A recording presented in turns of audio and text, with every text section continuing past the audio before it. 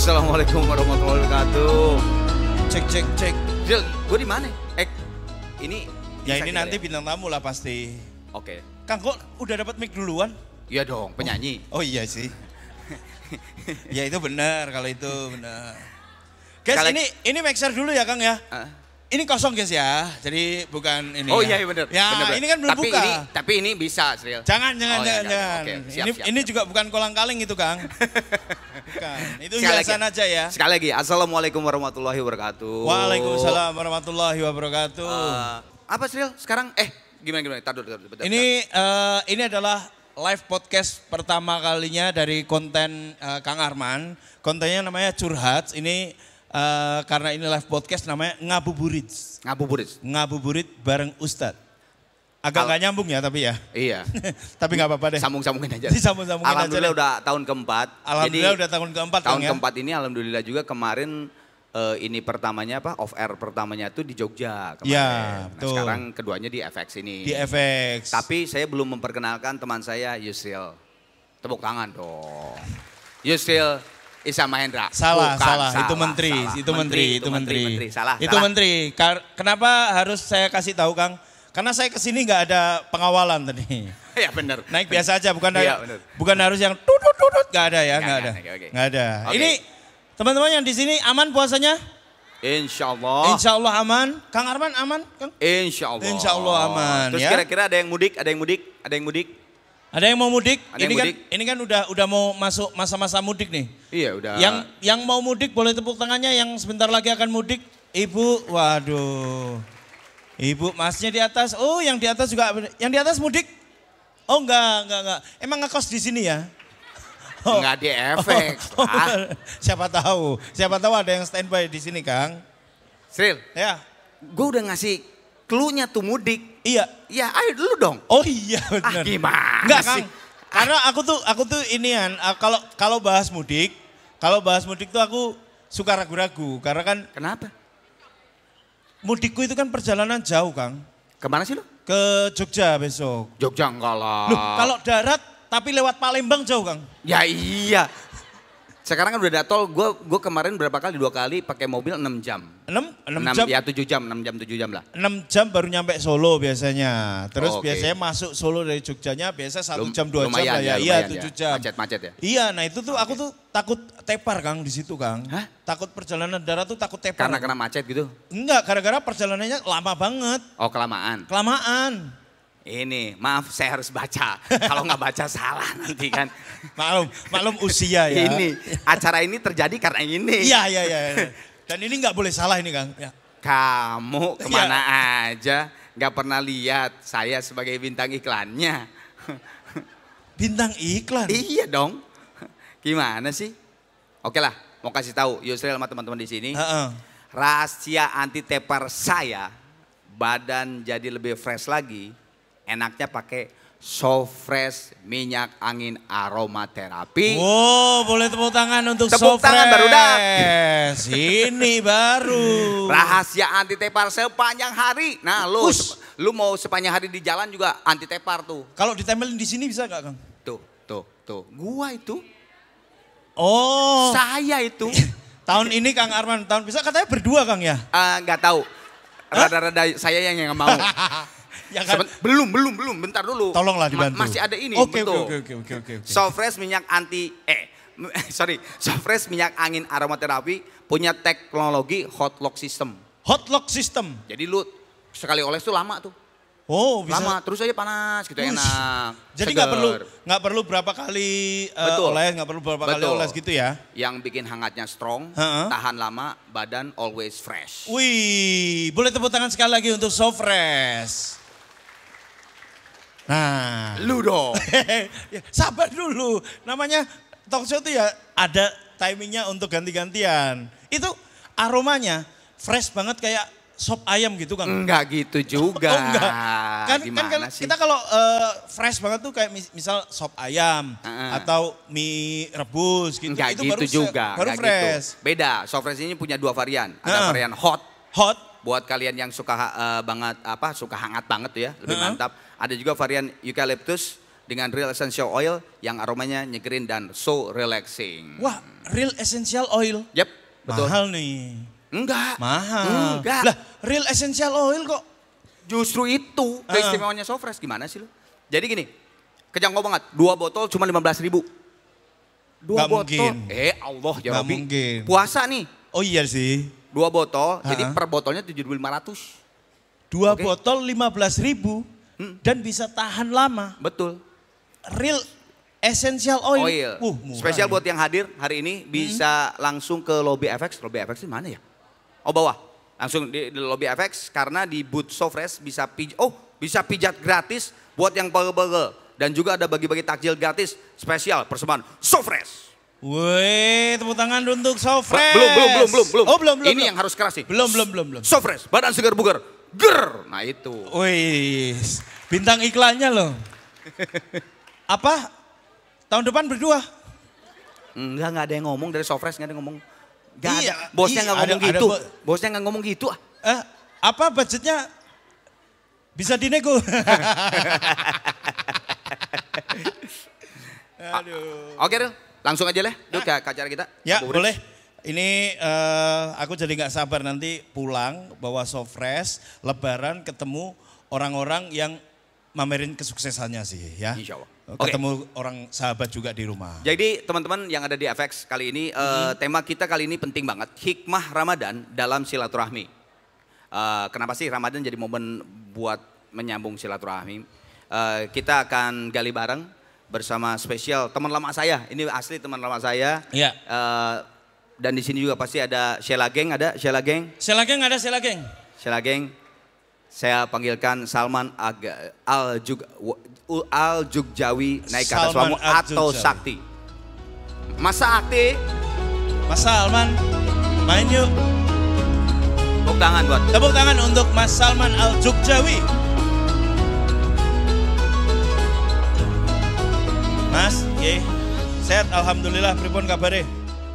Loh, enggak, sampean di tengah dong. Lah sampean bintang tamunya kok. Ntar dulu, aku nyebutnya Sakti aja lah sebagai teman lama ya. Oh iya, siap. Oke. Sama suaranya kayak Duta ya, kayak Eros ya. Iya mas. Tuh, sama loh. Mas, Ustadz Salman. Kalau aku Ustadz Salman. Ustadz Salman, gimana perjalanan dari Jogja? Ini dari Jogja Ustadz ya? Alhamdulillah, Allahumma sholli ala sayyidina Muhammad wa ba'du. Alhamdulillah dari Jogja. Dari Jogja. Dari tadi malam. Oh dari tadi malam, kereta malam? Naik kereta malam, iya. Jugi-jagi juga itu? Enggak gitu. Mas Sakti, iya. Cerita dikit aja dulu. Yang kemarin keluar single terbaru sama Duta. Iya, Hey Dunia. Yap. Iya, jadi. Ya, ceritanya gimana tuh, Ceritanya, waktu itu tahun berapa ya? 2000, sekitar 2010 sampai 2013 lah. Iya. Udah lama dong ya? Iya udah lama. Jadi waktu itu kami biasa memang safar, dakwah keliling silaturahmi kemana-mana begitu. Sebagaimana tema kita sore hari ini. Iya betul, silaturahmi. Silaturahmi menyambung kasih sayang. Iya itu dia. Itu waktu itu di daerah Sulawesi, di daerah yang terpencil. Jadi udah naik pesawat, habis itu naik pesawat kecil lagi, atau naik motor trail itu. Yang terbatas waktu itu di daerah ada namanya Seko, jadi agak-agak terpencil daerahnya. Nggak ada listrik terbatas, terus air juga terbatas ya. Ya muncul ya mungkin nggak cuma saya, namun juga teman-teman ada fase yang namanya kejenuhan ya. Kejenuhan. Yang namanya kejenuhan itu datang. Memang dari Nabi udah kasih bocoran, kamu akan sampai pada satu keadaan yang namanya bosan ya kan. Namun jangan sampai kamu tuh ketika bosan kamu itu keluar dari koridor gitu kan. Iya. Nah, akhirnya sama sifat bosan yang ada dalam hatiku, jadi masih ada puitis-puitisnya. Iya, kadang-kadang kan kita pandai ya nasihatin orang ya, iya. Namun kita nggak pandai nasihatin diri. Jadi di situ dunia itu kan segala sesuatu yang hubungannya dengan sifat-sifat buruk kita. Jadi aku ngomong sama, karena setiap kita mau berbuat baik pasti gitu tuh. Alladzi yuwaswisu fi sudurinas. Pasti setan akan bisik-bisik. Maka aku bilang sama sifat buruk itu dunia. Hei dunia, jangan kau dekati hatiku. Jangan kau racuni kolbuku dengan janjimu gitu. Tapi nggak medok gini banget lah. Ya. Ini terlalu medok ya tadi ya. Asiknya Duta tuh kalau ngomong medok pas nyanyi enggak. Pas nyanyi enggak. Iya. Kalau Ustadz Salman aslinya enggak, pas nyanyi medok. Makanya yang nyanyi kan duta, ya kan? Betul. Malah kebalik itu. Iya. Ya, begitulah kurang lebihnya. Ya. Nah, pada akhirnya itu kan sebenarnya sudah lama diciptakan kan? Ya, jadi pada akhirnya direkam tuh bagaimana? Jadi liriknya itu yang penting ditabung dulu. Jadi apa yang ada ya ditabung dulu, terus memang keluarnya notasi Sevilla. Saya pun nggak nyangka gitu. Maksudnya Mas Duta mau ikut bantuin nyanyi pun saya nggak nyangka. Pokoknya ditabung dulu itu lirik, terus habis itu notasi Sevilla gitu. Ah udahlah, pokoknya kita kan ya namanya mungkin Mas Arman juga tahu, namanya musisi namanya ada inspirasi, ada ini segala macam ditabung gitu kan. Ya. Baik itu berupa nada, baik itu berupa lirik. Ditabung atau voice memo segala macam. Terus habis itu sekiranya mana nih yang sekiranya mau digarap bener nih kan. Nah, akhirnya udah kemarin 2024 kemarin Juli kemarin coba tak buat demonya dan segala macam. Terus aku minta izin sama Mas Adam kan. Secara mungkin secara legalitas, secara legalitas sudah dikondisikan, tapi tetap aku hatinya tuh nggak nyaman kalau nggak sowan silaturahmi satu-satu gitu, minta izin gitu kan. Sama Mas Adam udah, sama Inul. Mas Adam, Mas Inul kan nggak ikut. Bukan, ini ini Adam Seven bukan Adam Inul gimana? Sorry. Lanjut Mas. Out of the box ya. Jadi Mas Adam pun tanya ketika dengerin, ini kamu nyanyi nih. Lah iya Mas, mau siapa lagi? Masa Mas Duta yang tak suruh nyanyi bilang gitu. Nah, dengerin sama dia, terus dengerin sama Eros kasih masukan, kasih string yang asli kalau bisa. Terus kemudian kamu di belakang main gitar juga, jika masih ada part yang kosong. Terus sama Mas Duta di tour Tugaku di Jakarta kemarin kan di Samarinda saya ngomong sama Mas Duta, terus aku cerita, ngobrol sama Mas Eros, ngobrol sama Mas Adam, terus Mas Adam tanya, kamu nyanyi Sak? Iya lah masa Mas Duta tak kok nyanyi, tak suruh nyanyi kan gitu. Mas Duta bilang, wah aku mau kok suruh bantu nyanyi kata dia. Oh alhamdulillah ya kan. Pokoknya intinya syukur aja, kalau kita bersyukur kepada Allah maka Allah akan memberikan rezeki yang gak disangka-sangka. Nah itu. Nah, sekarang langsung aja ke pokok pembahasan kita. Pokok ini mengenai silaturahmi. Ya. Silaturahmi. Kenapa silaturahmi itu penting banget di bulan Ramadan? Wah. Yang pertama, ini mesti di underline. Underline. Jangan Jogjanya jangan keluar dulu. Iya. Jadi setiap amal fardu yang kita buat di bulan Ramadan ini, dalam hadis disampaikan, dilipat gandakan sampai 70 kali lipat. Masya Allah. Apalagi kemarin malam Lailatul Qadar. Kalau ini wa alam bisawab, kalau menurut literasi yang kami baca, kalau misalnya kemarin hari Sabtu kita awal Ramadan, kalau itu bertepatan dengan ganjilnya tuh hari Jumat.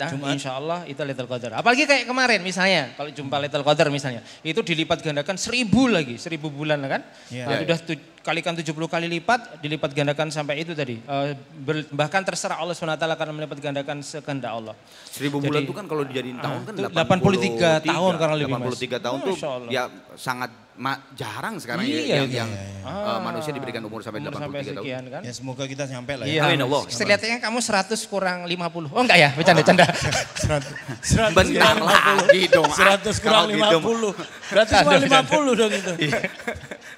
Kalau kurang 50, tak hitung-hitung ini.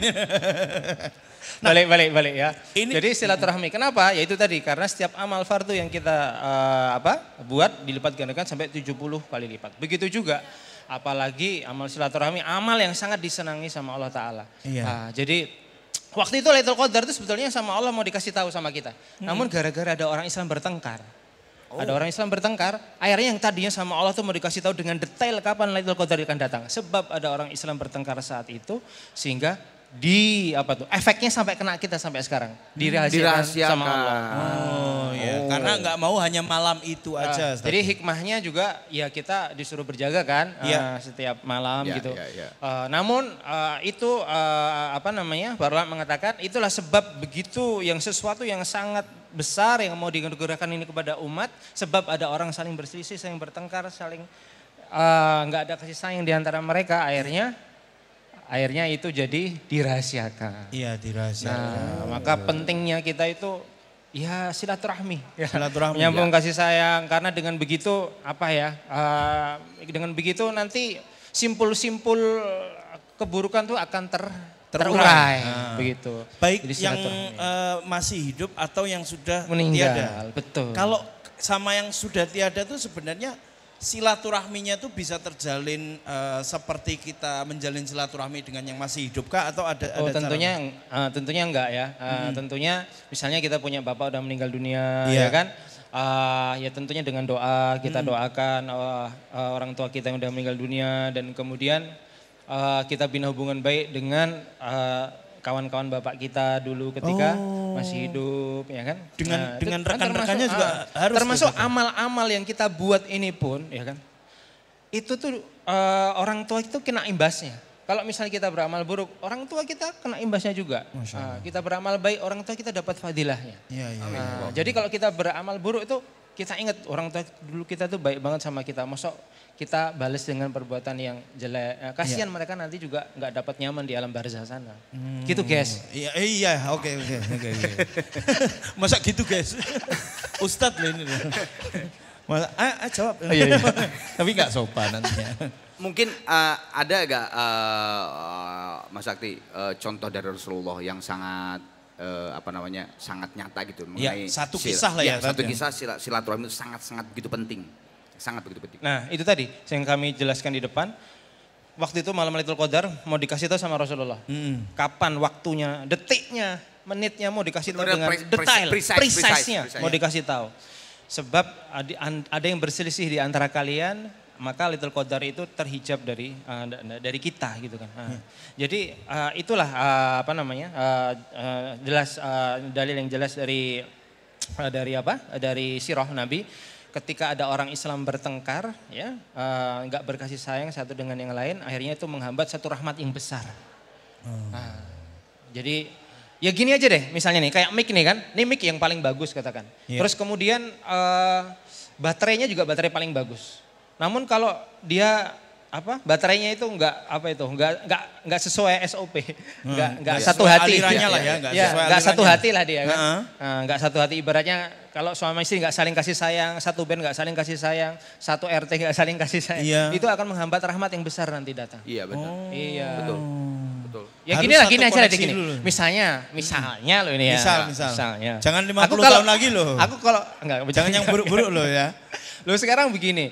Insya Allah ya kalau misalnya bapak suami istri kumpul kemudian dapat anak, kemudian syukuran anak datang, sebab apa? Ya akikoh nih, ada anak itu kan akhirnya datang tetangga datang, terus teman-teman datang, sahabat datang ikut doain bareng, kan indah. Iya. Tapi kalau berantem mana mungkin anak muncul ya kan?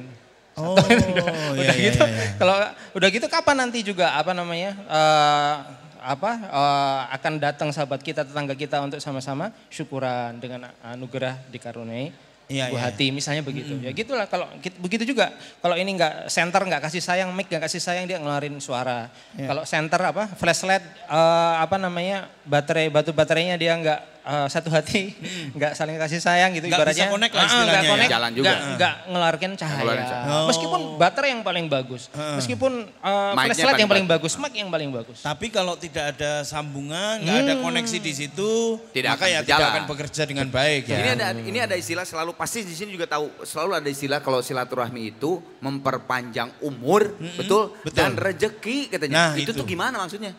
Nah, memperpanjang umur di sini wa'lam bishawab, ada ulama mengatakan memang yang namanya umur udah ditakdirkan sama Allah. Sekian begitu. Yang tadinya takdirnya itu tuh dia melakukan amal-amal yang buruk di umurnya itu sebab dia silaturahmi, mungkin umurnya tetap sekian. Namun nanti di sisa umurnya itu banyak kebaikan yang dia lakukan. Ada yang mengatakan panjang umur seperti itu. Dan tentunya keberkahan rezeki dengan adanya suatu amal yang baik namanya berkah rezeki akan datang. Berkah itu apa sih? Cukup. Berkah adalah kecukupan. Berkah itu cukup. Ada yang dapat 1,8 M gak cukup. Ada tapi. Ada kan? Ada. Iya kan? Ada yang dapat 270 triliun juga gak cukup. Ada. Ada yang kuadriliun juga ada juga. Kuadriliun juga ada. Aduh. Jadi pusing deh dunia ini. Cukup itu penting. Berkah itu penting. Iya. Ini jangan karena kita di Senayan ya. Enggak, itu diedit gak yang tadi ya? Enggak ini live. Tapi kan nanti di blur mukaku. Aku juga kan. Sat, ini aku penasaran Sat. Misal kita dalam hidup, dalam bersosialisasi, berteman itu kan pasti menimbulkan percik-percik konflik yang kadang-kadang secara kita sengaja maupun tidak sengaja itu pasti terjadi gitu. Nah, bagaimana menyambung tali silaturahmi dengan orang yang sebenarnya kita tahu bahwa itu kayaknya aku kurang sreg ya sama dia gitu. Nah, ini contohnya kayak sekarang, saya sebetulnya kurang sreg sama dia. Gitu ya. Kang bukan sama makanya dulunya kamu deketan. Kang bukan sama saya kali. Iya, sama sana sih. Nah, jadi disitulah letak nilainya, tingginya ya di sisi Allah. Waladina jahadu fina nahdihim subulana wa inal muslimin. Barang siapa bersungguh-sungguh di jalanku maka kata Allah akan tunjukkan jalan-jalan kami. Jadi memang ketika kan kita namanya bergaul enak. Tapi sebetulnya dengan kita bergaul dengan orang yang wataknya berbeda-beda, itu sebetulnya akan menghaluskan hati kita begitu. Ya sama namanya pasir begitu diolah kan jadi pasir yang halus bisa untuk ngelepon, untuk buat semen skala begini kan jadi manfaat. Jadi sebetulnya dengan kita bergaul dengan orang yang wataknya berbeda-beda itu sebetulnya membuat hati kita itu yang diharapkan tuh ya lebih halus, bisa memaklumi, saling menghormati satu dengan yang lain. Jadi menghargai usul masing-masing gitu. Nah, jadi dengan apa? Jadi sebetulnya ketika hati itu merengkel bahasa Indonesia itu apa ya? Hati itu kesel. Ada ganjalan lah ya. Kamus besar bahasa Indonesia tolong. Iya. Maaf. Tak terjemahkan. Santai. Saya lama hidup di Jakarta ini. Ketika hati itu seperti itu mengganjal lah ya. Di zaman Nabi itu ada namanya Tufail bin Amr Ad-Dausi. Jadi waktu itu dia kepala suku di satu suku Ad-Daus. Waktu itu orang-orang di kaumnya itu sukunya itu nggak mau ikut apa kata dia. Waktu itu Nabi mengajak kepada Islam, kepada iman, nggak mau ikut. Padahal dia Pak Lurah ya kan ibaratnya harusnya Pak pemimpin harusnya mau dong ikut gitu kan. Itu terus datang kepada Nabi, ya Rasulullah doain aja tuh suku Ad-Daus itu kehancuran. Aku tuh diutus bukan untuk mendoakan kehancuran atau melaknat, aku diutus untuk rahmat seluruh alam, selamat seluruh dunia. Akhirnya didoakan rahmatan lil alamin. Akhirnya didoakan sama Nabi kan, didoakan tetap sama Nabi kamu datang lagi ke sana. Ajak mereka kepada Islam dengan lembut, dengan kasih sayang. Nah, jadi akhirnya mangkal sebetulnya. Hatinya tuh merengkel, artinya kesel, tapi ikut apa kata Nabi. Udah akhirnya tetap datang akhirnya kepada mereka dan alhamdulillah sebab itu benar akhirnya 80 keluarga lebih tuh masuk Islam. Sebab daripada apa? Termasuk Sayyidina Abu Hurairah yang banyak meriwayatkan hadis, ya kan? Itu dari suku Ad-Daus itu tadi. Jadi sebab daripada Sayyidina Tufail bin Amr Ad-Dausi itu mengalahkan egonya.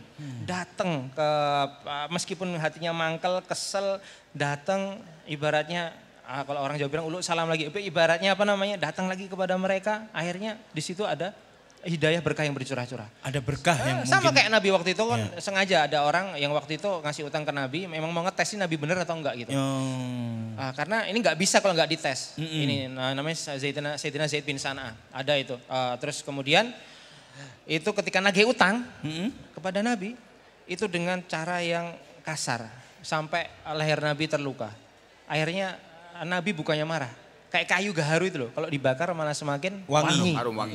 Ketika Nabi didolimin seperti itu, ditagih utang dengan cara seperti itu, malah sama Nabi dibayarkan utangnya saat itu juga padahal belum jatuh tempo. Dan ditambah berapa sok kurma karena Sayyidina Umar membuat dia takut. Ditambah, malah Nabi tambah baik lagi sama dia. Ini terus terang ya kita belum punya, susah ini. Susah. Ini itu tingkat tinggi nih. Tingkat tinggi. Ibaratnya kalau kita kayak Mas Bujana lah, gitu ya. Ini akhlak yang seperti ini tuh sifat yang Masya Allah luar biasa. Begitu orang dolim malah dia semakin lembut. Masya Allah. Semoga Allah kasih kita semua sifat seperti itu. Amin. Amin.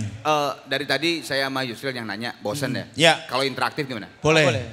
Sril, ini hadiahnya dari siapa? Hadiahnya nanti dari Yusril dan Ustaz Salman. Enggak, bukan.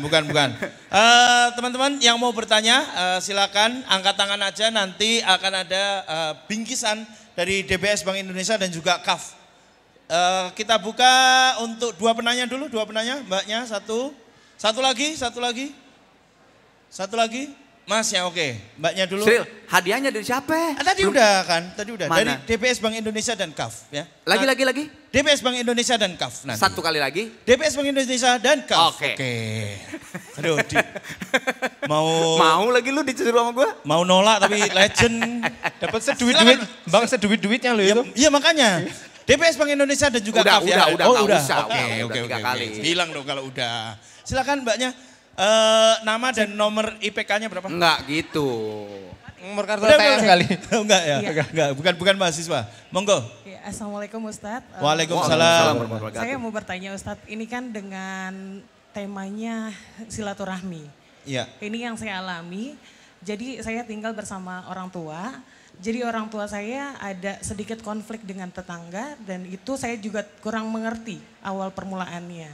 Sedangkan tadi Ustadz bilang kita yang jauh aja kita sambung silaturahminya gitu kan. Yang di depan mata, sedangkan yang saya tahu 3 hari katanya kalau kita berdiam sudah dosa. Apalagi ini sudah bertahun-tahun. Saya sebagai anak, saya sudah mencoba dan orang tua saya pun sudah mencoba mengajak kita untuk membangun silaturahmi yang baik lagi terhadap tetangga. Iya. Tetapi selalu mentah Ustadz. Sudah bertahun-tahun kita coba dari yang hal terkecil lah. Kita mengadakan misalnya acara kita ajak, tapi selalu pintunya itu tertutup. Jadi saya minta bagaimana Ustadz sekiranya saya nih sebagai anak gitu. Sedangkan orang tua saya pun sudah mencoba atau sayakah yang datang ke orang tersebut atau bagaimana? Saya minta saran dan juga adakah dalilnya ketika yang saya tahu 3 hari aja dosa, bagaimana ini yang sudah bertahun-tahun. Itu saja Ustadz, terima kasih. Masya Allah. Terima kasih. Terima kasih. Pertanyaannya bagus banget. Mbak Erna dari Bekasi tadi. Tuh langsung tuh lihat, langsung. Bukan. Langsung cash. Tuh lihat tuh kan. Dari kaf Lihat tuh. Tuh rahmat Allah tuh seperti itu guys. Iya. Rahmat Allah tuh seperti itu. Baru. Itulah pokoknya. Baru duduk dari bertanya langsung. Luar biasa emang DPS Bank Indonesia dan juga KAF. Kamu. Silakan. Iya. Jadi sebagaimana tertib sholat. Ketika kita sholat terus kemudian kadang-kadang perhatian kita tercuri kepada yang lain. Kemudian kita sadar bahwa saya sedang sholat. Kemudian kita sadarkan diri kita bahwa saya sedang menghadap Allah yang maha hebat, yang maha agung. Nah, kata para ulama, Al-Habib Munzir al-Musa rahmatullahi alaih sebuah menerangi kuburnya, beliau mengatakan itu udah dihitung sholat khusyuk. Jadi usaha kita untuk menjaga sholat itu khusyuk dihitung sholat khusyuk. Jadi ketika kita terpecah ke yang lain perhatiannya, kita fokus lagi, saya sedang menghadap Allah. Begitu lagi. Bahkan dikatakan sebagaimana seorang anak yang dia mau menuju kepada ibunya terjatuh, kemudian dia naik berdiri lagi.